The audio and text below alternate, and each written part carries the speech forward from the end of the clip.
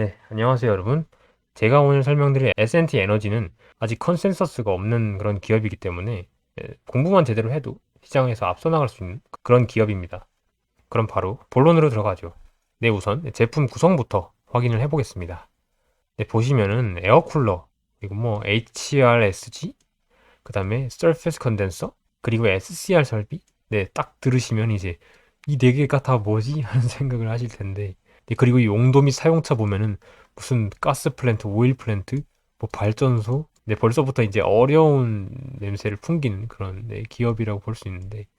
네, 어쨌든 간에 보면은 에어쿨러의 비율이 77%나 되고, 이제 이 HRSG가 21.2% 정도가 되는 거를 저희가 쉽게 파악할 수 있는데요. 어쨌든 간에 저희가 단순히 이 품목명이 뭔지 몰라서 쫄 필요가 없는 게, 제가 아까 말씀드렸다시피 이 품목이랑 용도 및 사용처만 제대로 알아도 여러분들은 시장에서 앞서 나가는 겁니다.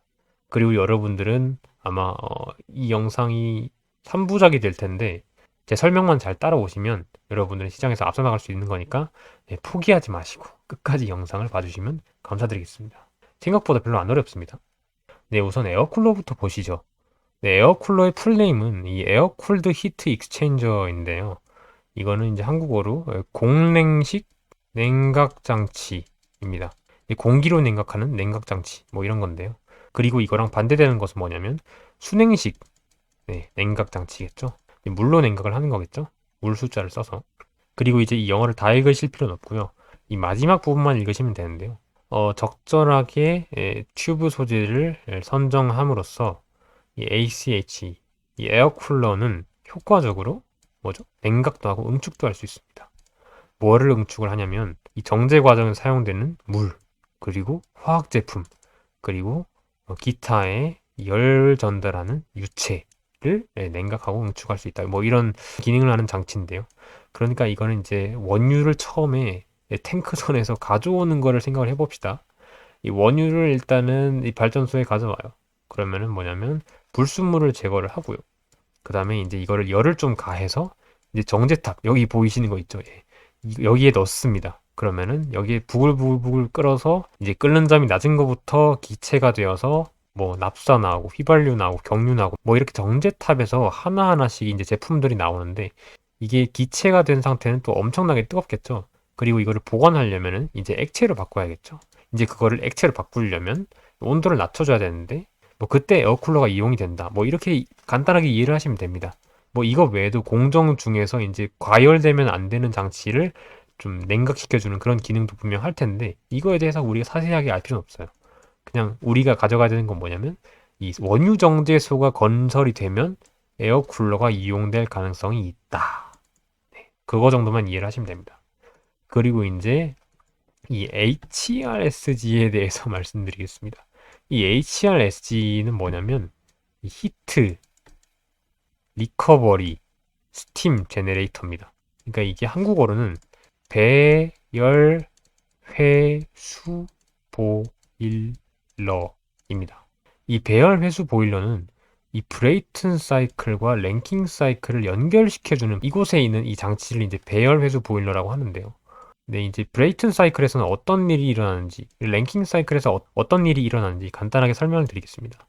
이제 브레이튼 사이클에서는 이제 보통 이제 가스 발전을 합니다. 저희들 이제 LNG 아시죠? 이 LNG를 태우면 이 가스가 막 뱅글뱅글뱅글 돌면서 이 터빈을 작동시키고 이 모터를 돌려서 이제 전기를 생산해서 이제 충전소에 그 전기가 저장이 되겠죠. 근데 이 상태에서 이제 한번 터빈을 돌린 가스는 이 배열 회수 보일러가 없으면 그냥 버려져야 됩니다. 네. 근데 그 버려지는 가스는 너무 아까워요. 왜냐면 그 가스에는 아직도 수백 도의 열이 남아있기 때문이죠. 근데 그 열을 회수해서 다시 이제 물을 데워서 증기 발전을 하도록 만들어주는 게 바로 이 배열 회수 보일러입니다. 그러니까 이제 배열 회수가 무슨 말인지 알겠죠? 열을 회수해서 보일러, 그러니까 물을 다시 끓이는 장치가 이제 배열 회수 보일러입니다. 이거를 이제 영어로 HRSG라고 하는 거고요. 그리고 참고로 이러한 이제 브레이튼 사이클과 랭킹 사이클이 결합된 발전소를 복합 화력 발전소라고 하니까 이걸 무조건 기억을 해주세요. 그 다음에 복수기랑 SCR 장치에 대해서 말씀드리겠습니다. 이거는 가장 기본적인 석탄 화력 발전소의 모형인데요. 이 화학 에너지는 뭐냐면 이 석탄이라고 이해를 하시면 됩니다. 석탄은 유기물이기 때문에 화학 에너지가 있죠. 이 화학 에너지를 태우면 이제 열 에너지가 생기겠죠. 근데 이 석탄을 태우면 뭐죠? 또 이제 폐기물이 나오겠죠. 근데 이 폐기물에는 이제 황산화물이랑 이제 질산화물이 있죠. 이 과정에서 발생하는 폐기물을 걸러줘서 이게 공기 중 배출될 때 공기를 오염시키지 않게 해주는 게 SCR입니다. 그 다음에 이제 석탄을 태워서 발생한 열 에너지로 물을 태우면 증기가 발생을 합니다. 그래서 이제 수증기가 이렇게 한 바퀴 돌아서 이제 그 고압의 수증기가 터빈을 돌리면 이제 그거랑 연결되어 있는 모터가 같이 돌아서 여기서 전기가 발생을 하고 그게 발전소에서 충전이 되고 이제 발전소에서 이제 배전을 이제 가정, 공장, 사무실에다 해주는 거죠. 뭐 이렇게 되는데 이제 운동 에너지 쪽으로 한번 다시 돌아가 보죠. 우리가 수증기를 한번 썼죠. 그러면은 그 증기를 그냥 버릴까요? 안 되죠. 왜냐면 그게 너무 아깝죠. 물도 자원인데 물을 계속 써야죠. 그거를 다시 버리면 안 되죠. 그래서 이제 여기서 펌프를 이용해서 그 물을 다시 쓰기 위해서 증기를 냉각시켜서 물로 다시 바꾸고 보일러로 다시 그 물을 넣어줍니다. 석탄 태워서 또 증기 만들고 다시 또 터빈 돌리고 이제 물 대고 하는 게 그 사이클이 이제 무한 반복이 됩니다. 이 상황에서 이 증기를 냉각시키고 다시 보일러로 쏴주는 기계가 있는데 그게 바로 복수기입니다. 아까 본 그 무슨 컨덴서죠? 뭐죠? 네, 이 세 번째 surface condense가 한국어로는 복수기입니다. 이 SCR 설비가 제가 아까 말한 질산화물을 거르는 장치입니다. 네, 이제 이해가 다 되셨죠? 이 에어쿨러는 이 원유 정제소에서 쓰이는 거 알겠고 이 배열 회수 보일러는 복합 화력 발전소에서 쓰는 거 알겠고 이제 복수기는 그냥 석탄 화력 발전소에서 쓰는 거 알겠고 이제 SCR 설비는 이 폐기물 거르는 곳에서 쓰이는 거 알겠고 그러면 이제 우리가 이거를 다 이해를 할 수 있죠. 그죠? 이 공랭식 열교환기 에어쿨러는 이 석화 플랜트 정제 플랜트에서 쓰이는 거 알겠죠? 그 다음에 배열 회수 보일러는 우리가 아까 복합 화력 발전소를 봤죠? 네, 여기서 쓰이는 거 알겠고 그리고 이제 열병합 발전소는 뭐냐면 복합 화력 발전소랑 거의 똑같아요. 거의 똑같은데 이 열병합 발전소는 우리가 한번 돌린 가스에 남아있는 잔열로 증기 발전을 하는 게 아니고 온수를 데워서 가정에 쏴주는 역할을 해주는 게 열병합 발전소라고 생각을 해주시면 됩니다. 근데 이제 복수기는 석탄 화력 발전소에도 쓰이고요. 그 다음에 당연히 증기 발전을 하는 복합 화력 발전소에도 쓰이고요. 그 다음에 열병합 발전소에서도 열을 전달해줄 증기가 필요하니까 쓰이겠고요. 원자력 발전소에서도 당연히 핵 분열을 통해서 증기 발전을 하는 거기 때문에 복수기가 당연히 쓰이겠죠. 그 다음에 질소산화물 저감 장치. 그러니까 SCR에서는 이제 원자력 발전소에서는 쓰이지 않아요. 왜냐하면 핵 분열을 할 때 질소산화물이 발생하지 않기 때문이죠. 근데 반면에 이 가스 발전을 하는 복합 화력 발전소와 열병합 발전소에서는 이제 천연가스를 태우면은 질소산화물이 조금은 발생을 하기 때문에 SCR이 쓰이고요. 그리고 석탄 화력 발전소는 뭐 폐기물 많이 나오겠죠. 그러니까 당연히 SCR을 쓰이겠죠. 네, 이제 제품이랑 사용처를 모두 이해를 하신 상황입니다. 네, 이해가 안 되시면 댓글에 남겨주세요. 제가 설명해 드릴게요. 네, 이제 2021년에 한번 심리를 저희가 살펴볼까요? 네, 작년까지 이 S&T 에너지는 원전주로 분류가 됐습니다. 그래서 2021년 6월 7일에 한미 정상회담에서 어떤 말이 나왔냐면 원전을 다시 수출을 하자. 그래서 이제 문재인 정부의 탈원전 정책이 어느 정도 한 수 접는 것이 아니냐 해서 이제 원전주가 엄청나게 뛰었죠. 그래서 이 상황에서 이제 복수기를 생산할 수 있는 그러니까 원전에 들어갈 장치를 판매할 수 있는 이 S&T 에너지의 주가가 한 20 몇 퍼센트 올랐습니다. 근데 아이러니한 건 뭐죠? 이 S&T 에너지의 이 복수기 매출은 1.7%밖에 안 되죠. 매출이 없던 거에서 매출이 생길 수 있다는 포인트에서 이제 왜 원전주로 분류되는지는 알겠습니다만은 이건 좀 잘못된 분류가 아닌가 하는 생각이 물씬 들죠. 그래서 이게 뭘 암시하냐면 시장이 아직 S&T 에너지에 대해서 잘 모르고 있는 거죠. 이 S&T 에너지의 매출은 결국 에어쿨러가 많이 팔리거나 배열 회수 보일러가 많이 팔리거나 해야 이 매출이 뛰는 구조인데 갑자기 원전주로 분류가 된다? 이게 좀 이상하죠. 네.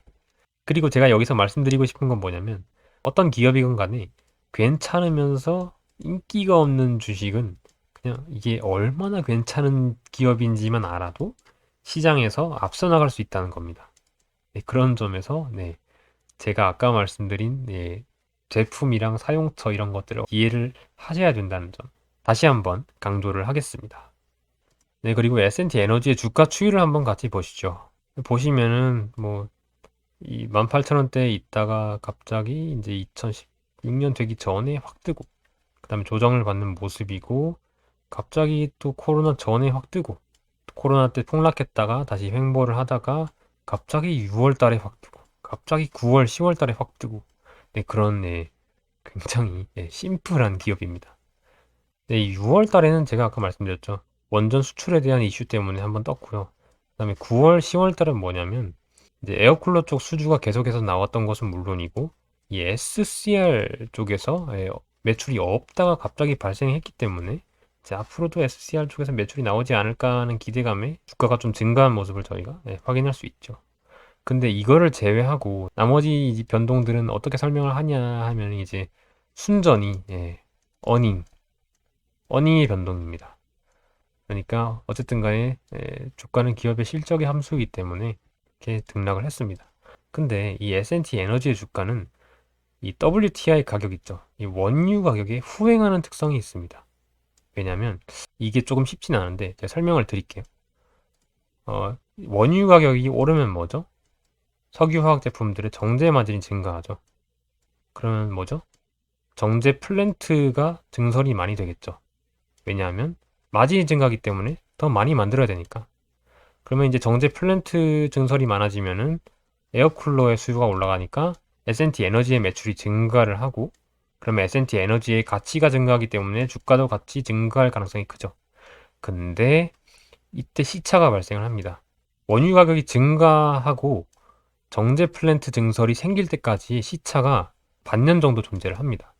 그러니까 굉장히 유가가 높을 때 이 S&T 에너지의 유가가 같이 오르는 게 아니고 어느 정도 높아지고 정제 플랜트 증설이 확인이 되니까 주가가 뒤늦게 증가하는 모습이죠.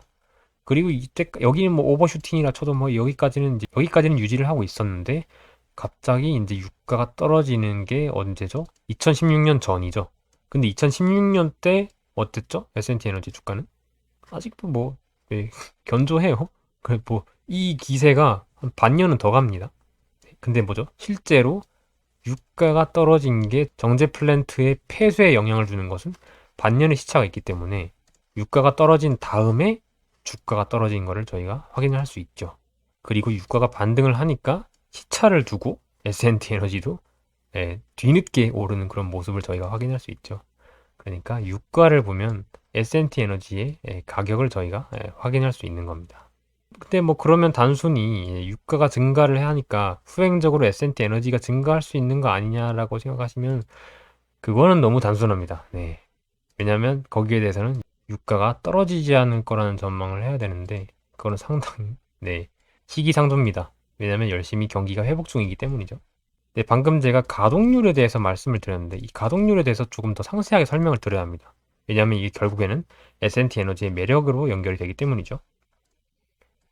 보시면은 이 기사를 보시면 정유업계 코로나 탈출 임박 정제 가동률 80% 돌파라고 되어 있습니다.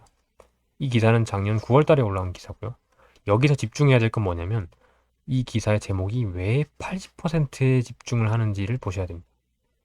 80%가 어떤 의미를 가지고 있냐면 가동률이 80%가 안 되면 이 정제소는 마진이 안 나와서 폐쇄를 하게 됩니다. 그리고 80%를 상회를 한다면 정제소에 증설이 발생을 합니다. 왜냐하면 정제 반질이 높을 때 하나라도 더 팔아야 되기 때문이죠. 네, 여기까지 하고 나중에 좀 더 알아보겠습니다. 제가 아까 말씀드린 것과 같이 원유 가격이 높을 때 굉장히 에어쿨러가 많이 팔리고요. 2015년 때 이제 매출액이 피크를 찍으면서 영업이익 300억을 달성을 하죠. 그리고 웃긴 건 뭐냐면 이 코로나 때 매출액이 굉장히 선방을 했는데요. 이건 왜 이러냐면 유가가 떨어지기 전에 결정됐던 이 정제소 증설 결정이 철회가 안 되고 2020년 때 발생을 해서 에어쿨러 매출이 인식이 되었기 때문입니다. 그리고 이제 최근에 보시면은 또 매출액이 그렇게 시원찮죠. 막 감소도 하고 있고.